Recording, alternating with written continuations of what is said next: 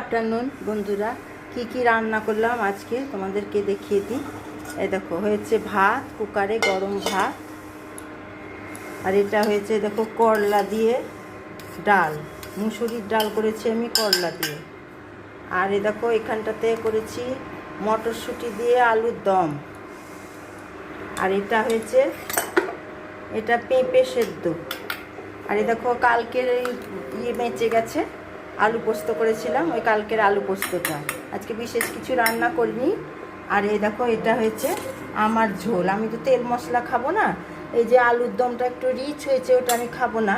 ওই জন্য এই যে পটল, আলু, পেঁপে, মটরশুঁটি, এই বরবটি, মটরশুঁটি আর সমস্ত সবজি দিয়ে, পটল দিয়ে আমার একটা ঝোল করেছি। আর এই দেখো ডিম সেদ্ধ হচ্ছে। সোনাইয়ের বাবা আজকে ডিম খাবে না, বলেছে নিরামিষ খাবে। সোনাইয়ের জন্য ডিম সেদ্ধ বসিয়েছি। আর আমি তো খাবোই না ডিম খাই না, কোনো দিনই ডিম খাই না। আর এখানটাতে আছে দেখো ফল, আঙুর আছে, আর দেখো আপেল, কলা,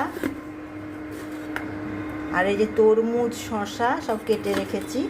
আর আমি ঘরে রোজই দই পাতি, কিন্তু দেখানো হয় না। এই দেখো এক বাটি দই, আর ওইটা কেটেছি, আলুর দমে একটু দিয়েছি, ওই জন্য জল কেটে গেছে। এই 2 বাটি দই। এই হয়েছে আজকের ছোট্ট খাট্ট একটা লাঞ্চের মেনু।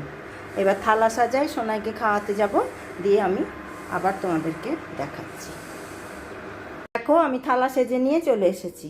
এই যে খাবারের থালা, তোমরা তো দেখেইছো। দেখো পেঁপে সেদ্ধ, কালকের আলু পোস্ত, তেঁতুর ডাল, আর হলো মটরশুঁটি দিয়ে আলুর দম, ডিম সেদ্ধ আর গরম ভাত। এই হয়েছে আজকের আমার লাঞ্চের মেনু। ঠিক আছে বন্ধুরা, এখানেই শেষ করলাম। আবার নেক্সট ভিডিও নিয়ে চলে আসবো। টাটা।